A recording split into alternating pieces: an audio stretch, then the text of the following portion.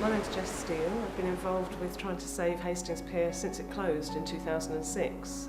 First of all through the Friends of Hastings Pier, and then the Hastings Pier and White Rock Trust. And that successfully got us to a position where we've now got ownership of the pier, and we've put that into a dedicated charity called the Hastings Pier Charity, and I'm still a trustee of that. On the 4th of October 2010, I was coming to a meeting about the pier, and I drove down the seafront and I looked at the pier and the sun was setting down behind it, and I thought, oh, how lovely. We were coming to a meeting to sign off on our architects that we'd just chosen. So we had the meeting, that was fine, went home. 2 o'clock in the morning, I heard somebody banging on my door, and it was one of my fellow trustees saying the pier's on fire.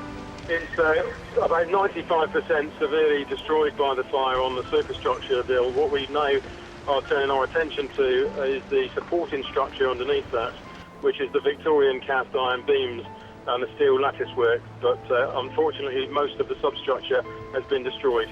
And at first it was just a little fire at the far end in the ballroom. The fire brigade came and we thought, okay, things are going to be all right, but of course they couldn't get on because it wasn't safe. So they couldn't get their engines on there, so they couldn't really fight the fire. So they ended up just spraying water at it from the pavement, which just didn't work. So the fire came closer and closer to the land. And in the end, by morning, there was only one building left in the old pavilion, and the rest was all burned. I went on the pier last night and looked at the buckled steelwork. What is so amazing is that the steelwork below the deck was protected, we think, by the sea spray, so it didn't buckle in the same way. Some of it is still surviving, really strong. Some of it has been worn away, eaten away by the water, and blown away by the gales, and then in the fire buckled. There was this terrible article that appeared in the press that said the pier was one storm away from collapse, and in fact I heard somebody briefing on that talking about one good storm away from collapse. It was scaremongering. We know now that the pier is stronger than that.